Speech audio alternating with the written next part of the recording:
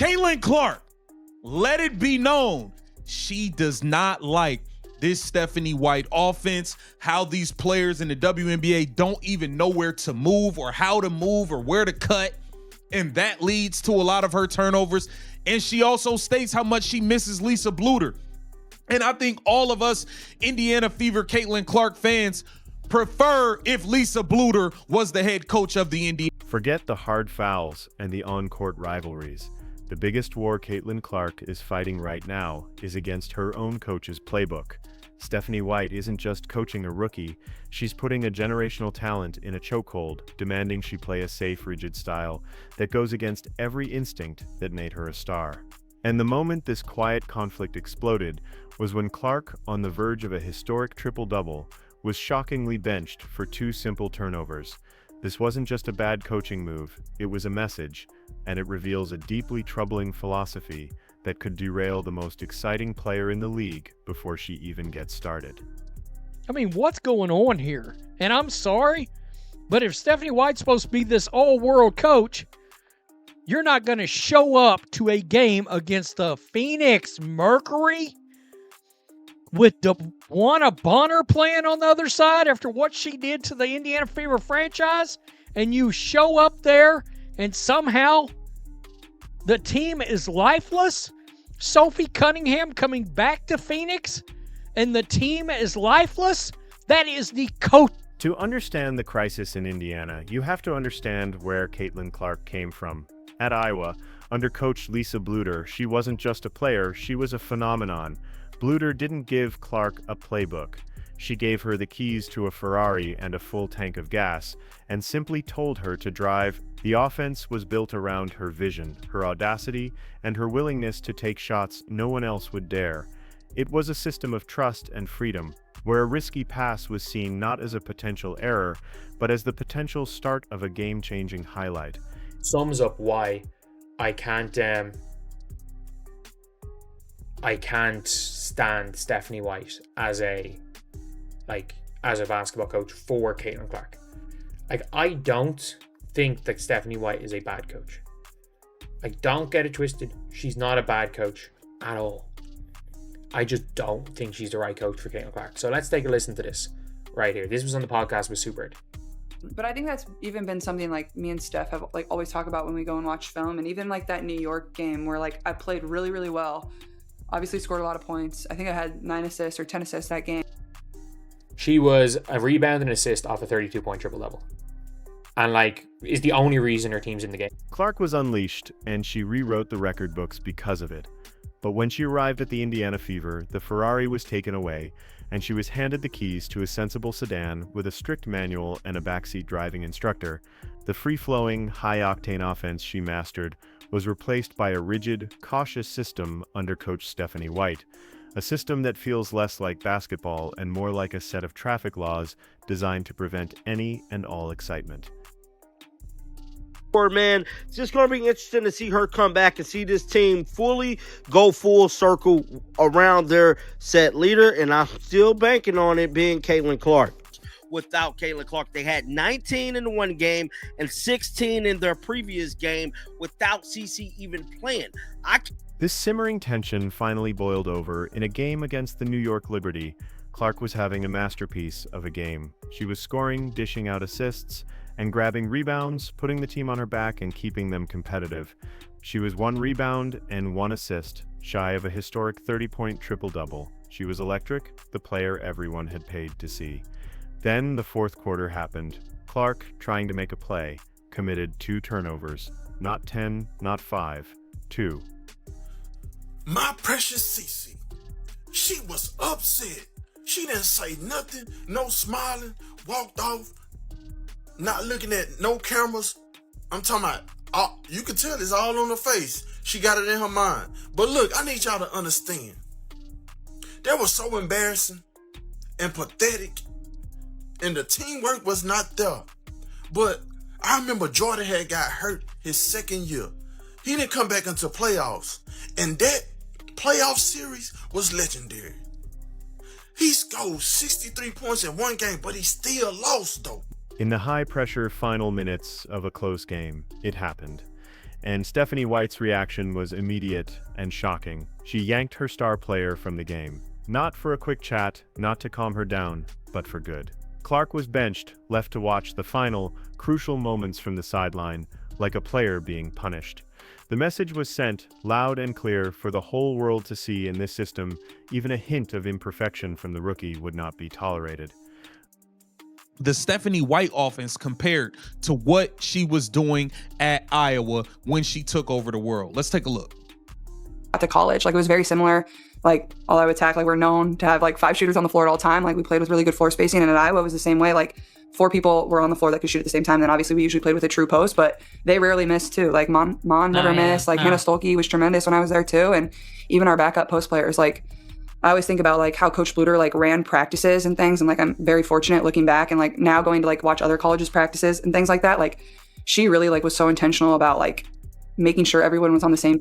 What we witnessed in that moment was a fundamental clash of coaching philosophies. Lisa Bluter built her program on the idea that you live with the mistakes of a creative genius because the rewards are astronomical.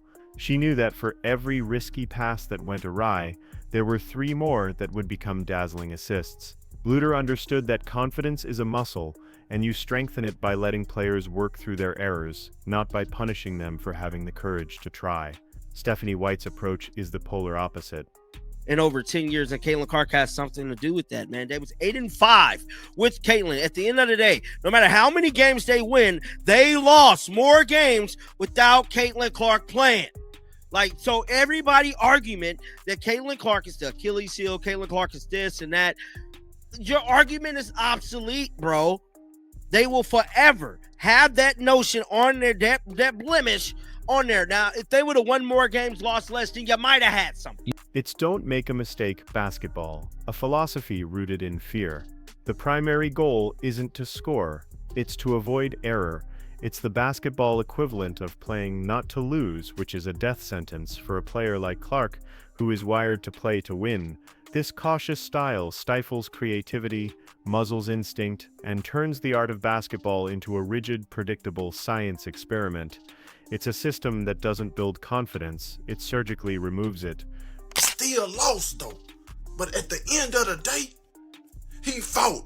And you could tell that he missed being away from the game. So I can see my precious CC coming back doing her thing for the playoffs. I just want her to be 100% healthy at the end of the day. If Stephanie White gonna keep jeopardizing. But the problem in Indiana runs deeper than just the head coach. There's a subtle but powerful friction within the team itself. Rumors have circulated that some veteran players like Natasha Howard came to the team with their own agendas, with whispers of her wanting to chase an MVP award. That kind of individual goal is like poison to team chemistry, especially when you have a generational talent like Clark who needs the offense to run through her. This speaks to a larger issue in the WNBA, the unspoken veteran hierarchy.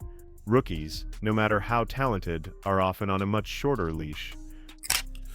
Indiana Fever fans, so let's keep it real, let's keep it 100 like a Ben Frank, you hear me? So let me ask y'all again, is Stephanie White a good coach, a great coach? I'm waiting. No, she not even close. If anything, she puts a stall in the offense. She's sucking the life out of the team, out of the franchise. And Kelly Krostoff, whatever her name is, Lynn Dunn, you hear me? They all need to go. A veteran can turn the ball over, and it's a simple mistake. A rookie does it, and it's a sign they're not ready. This dynamic has created a situation where Clark's teammates often seem out of sync with her. She sees a play developing 3 steps ahead, but her teammates are still on step 1 of the coach's rigid set. Many of her turnovers aren't just her fault. They're the result of a team that doesn't know its role and can't keep up with her basketball IQ. Stephanie White, Indiana Fever head coach Stephanie White remains fully confident in her team following Thursday's deflating loss. The veteran coach sent a clear message. It was a 35-point ass drubbing. It was deliverance and Ned Beatty. Anybody seen that? Squeal like a pig? Yeah. The Phoenix Mercury bleeped the shit out of the the Indiana Fever last. If you think this is just a feeling or an opinion, let's look at the numbers, because they tell an even more damning story. The argument from critics is that Caitlin Clark is a turnover machine who is hurting the team, but the facts say otherwise. In the games Clark missed due to injury, the Indiana Fever didn't suddenly become a well-oiled machine. They lost. Their record without her is significantly worse than their record with her. In the post-game press conference, Caitlin Clark made sure Stephanie White made sure to give out about Caitlin Clark not passing the ball to Dantas. Like, we've seen Damiris Dantas play. She can't shoot. Why would Caitlin Clark pass the ball on an all-time heater to Dantas? This last game this year. I started the fourth quarter off with like 3 turnovers in a row or 2 turnovers in a row, and Steph yanked me, and she was like this is like a learning moment. Like, you got to be able to, like, yes, like maybe it could have been there, like maybe you could have thrown a little bit better of a pass, maybe they could have caught it, but like, do we need that in this moment? The argument that the team would be better off without her isn't just wrong, it's completely obsolete. Furthermore, the idea that Clark is the sole source of the team's sloppiness is a myth. Before she even stepped on the court for the Fever, the team was already struggling with turnovers, posting games with 16 and 19 turnovers without her. The problem wasn't created by Caitlin Clark. She was simply dropped into the middle of it. The stats prove she is the engine keeping the team afloat, not the anchor dragging it down. Lisa Bluter always made sure people knew what they were going to do, aka she made sure people knew their role. Everybody knew their role, and that is the problem with the Indiana Fever and the bullcrap that Caitlin Clark deals with now. We got Natasha Howard coming in talking about she wanted to win MVP. Red flag. Red flag. We got Caitlin Clark, and you're talking about joining this team and winning MVP. She didn't know her role. Didn't know her role. That is the difference. We got a bunch of people on this team that do not know and understand their role. This entire saga exposes a much larger, more troubling issue for the WNBA, a league-wide creativity crisis. The league is marketing its exciting, dynamic superstars to bring in new fans, but behind the scenes, it's dominated by a conservative coaching culture that prioritizes safety over spectacle. There's a legitimate argument to be made that the most innovative basketball minds aren't even in the pros, they're in the college ranks. Guys, today Stephanie White has a clear conundrum on her hands, and she needs to figure out a solution to this problem before it's too little, too late. When Caitlin Clark was out with injury, Natasha Howard played well. Natasha Howard played well enough that kept us afloat along with Ari McDonald, along with Kelsey Mitchell, but Natasha Howard wasn't nearly as much of a hinder to the offense with Caitlin Clark. Coaches like Lisa Bluter understand how to empower modern players, how to build systems that amplify their strengths instead of just covering for their weaknesses. If you dropped a coach like Bluter into the WNBA, you'd likely see teams playing with a joy and freedom that is sorely missing right now. Instead, players are afraid to take risks because one flashy mistake equals bench time. The very thing that makes players like Clark special, their unpredictability, is being coached out of them in the name of safe, boring basketball. And that is a recipe for losing the very audience the league is fighting so hard to capture. It's often said that great players see the game in slow motion. But for Caitlin Clark, it's the opposite.